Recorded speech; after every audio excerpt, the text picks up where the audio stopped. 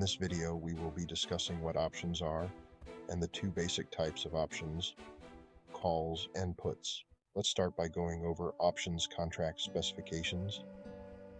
Options are financial derivatives that give the holder the right, but not the obligation, to buy or sell an underlying asset at a predetermined price, known as the strike price, before or on a specific date.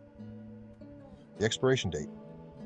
They are commonly used in stock markets, but can apply to various underlying assets, such as commodities, currencies, and indices. An options contract gives a buyer the right to buy or sell a set quantity of stock at a certain price before a certain date.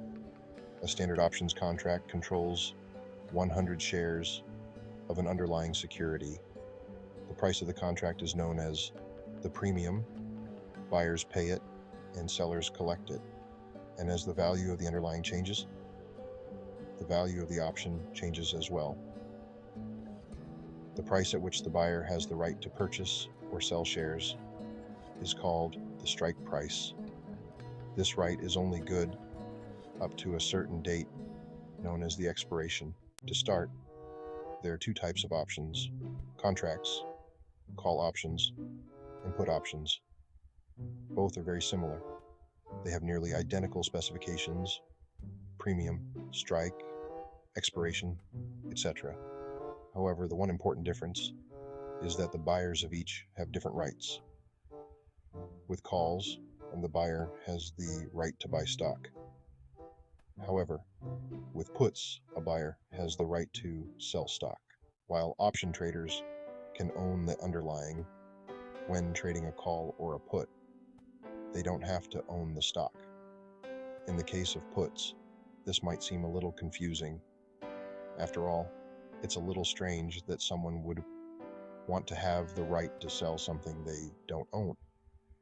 We'll explore this more in a moment, but what's most important to understand is how this specification impacts the options premium.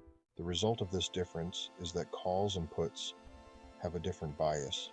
Call options gain value when the price of the underlying stock increases, while put options gain value when the price of the underlying stock decreases. For this reason, buying a call option is similar to buying a stock. It's a long or bullish position. Buying a put option, on the other hand, is similar to shorting a stock. It's bearish. Let's dive into the details of how each option works, starting with calls. A call option gives the buyer the right to buy 100 shares of an underlying security at the strike price before the expiration date. It obligates the seller to sell 100 shares